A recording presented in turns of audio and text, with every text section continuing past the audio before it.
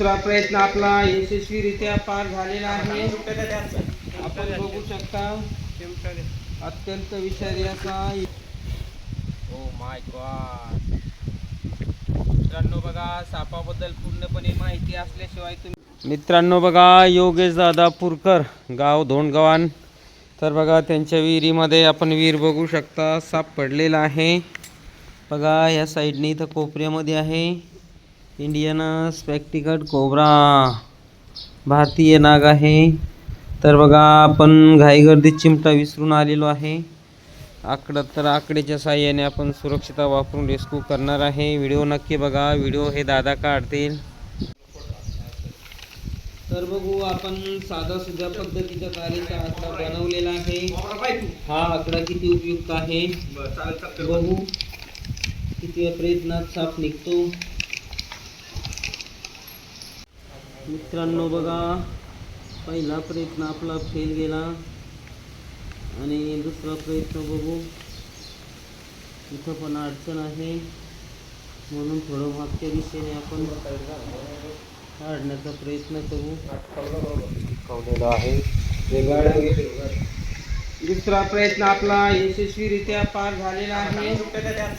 आपण बघू शकता अत्यंत विषारी असा इंडियन स्पेक्टिकल कोब्रा भारतीय नाग आहे. चला थोड्या मोकळ्या वातावरणात घेऊन जाऊ. नाग काही ठिकाणी गेहुवन, सायंटिफिक नेम नाजा असा आहे. इकडे तर हा जो साप आहे उंदराच्या बेडकाच्या शोधात आपल्या घराच्या आसपास येऊ शकतो आणि सध्या बघा पावसाळा चालू असल्याने निवाऱ्यासाठी आलेला असेल आणि अशा कारणाने विहिरीमध्ये पडला असावा. तर बघा, घाबरल्यानंतर साप जो आहे फुंकरण्याचा आवाज करतो, फण फुगवतो. अशा वेळी जवळ जाण्याचा प्रयत्न करू नका. तो चेतावणी देत असतो की बघा, मी पण रागिष्ट आहे, माझ्याजवळ येऊ नका. तर बघा, आपण त्याची फणीवरील जो आकडा असतो तो दाखवण्याचा प्रयत्न करतो. बघा आकडा किती छान पद्धतीचा आहे.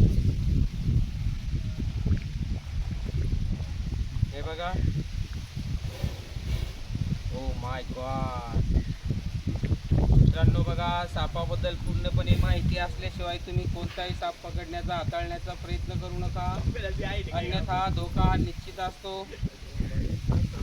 बघा, या सापामध्ये न्यूरोटॉक्सिक नावाचं विष असतं, जेणेकरून चावल्यानंतर हृदयावर पहिला अटॅक करतं.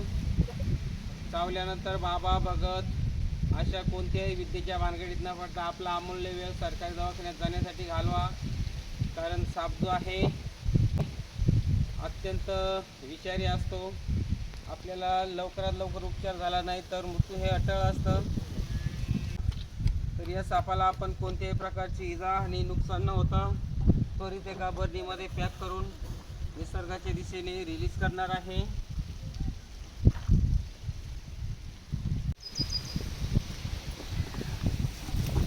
तर बघा, आपण काळजी घेऊन एका प्लास्टिक बरणीमध्ये पॅक केलेला आहे. काही वेळातच आपण निसर्गाच्या दिशेने सुरक्षितपणे या सापाला रिलीज करणार आहे. तत्पूर्वी तुम्हाला व्हिडिओ आवडल्यास माझ्या चॅनलला लाईक, मित्रांसोबत शेअर आणि सबस्क्राईब करायला विसरू नका. व्हिडिओ कशी वाटली कमेंट करून नक्की सांगा. धन्यवाद.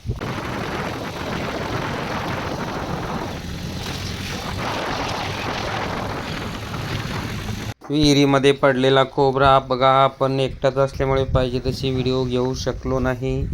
तरी पण निसर्गामध्ये सोडण्याचा आनंद काही वेगळाच असतो.